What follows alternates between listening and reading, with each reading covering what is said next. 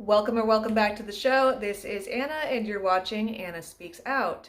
So, Kamala Harris just said what may have been the craziest thing that she has ever said. And obviously, that is really saying something.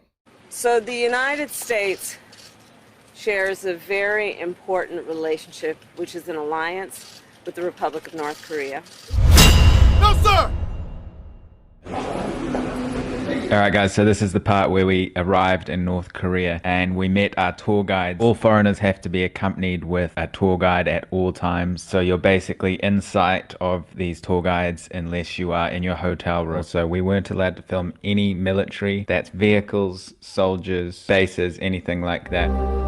On our way to the Kim Il-sung Square, we passed the Yanggakdo Hotel, which is the infamous hotel where Otto Warmbier was caught on video taking down a political poster and sentenced to 15 years hard labor. The last time Otto Warmbier's family saw him, more than a year ago, he was healthy but distraught, pleading for leniency in a North Korean court. Kim Jong-un's regime sentenced Warmbier to 15 years of hard labor for allegedly taking down a propaganda banner in Pyongyang. Just returned from North Korea with severe brain damage, has now died. We came across these supermarkets that were just fully stocked, but nobody was in them. I'm not quite sure what was going on here. We were also able to buy anti-US propaganda posters. And it is an alliance that is strong and enduring.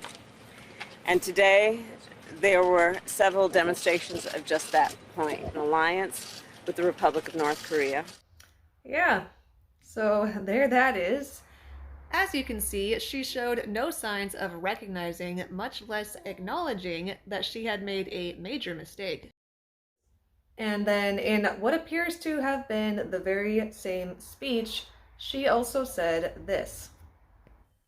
Over the past 7 decades, it has been clear in the South, we see a thriving democracy, innovation, economic prosperity and strength, a powerhouse, dare I say, on many of these issues, and a force for good in the world. In the North, we see a brutal dictatorship, rampant human rights violations, and an unlawful weapons program that threatens peace and stability.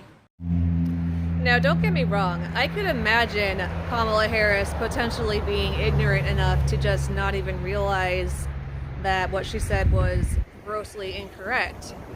However, she did accurately describe the stark differences between North and South Korea in the other part of her speech. So that just makes this whole situation particularly odd. And it leads me to question, could this have possibly been some sort of a Freudian slip? We have seen how much of a dictatorship the Biden administration has proven itself to be, compared with the average U.S. administration that we have had in the past. And for anyone who is not familiar, Simply Psychology describes a Freudian slip this way.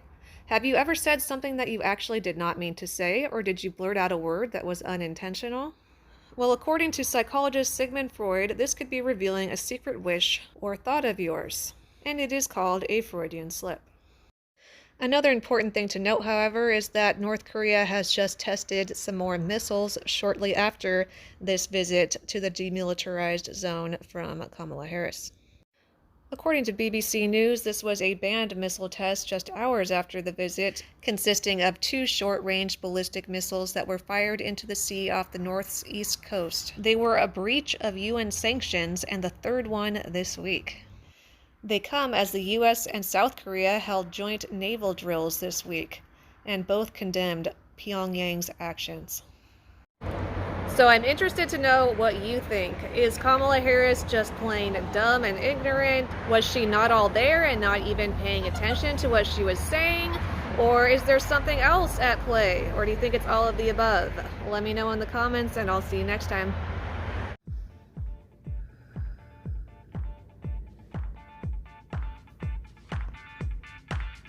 Thank you again so much for being here today. Since you liked the video enough to make it all the way to the end, Don't forget to click the thumbs up and share with somebody else who would also find it interesting.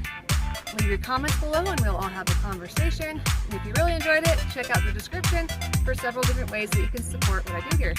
Have a wonderful night, afternoon, morning, evening, whatever time zone you are in. And I'll see you next time. Bye.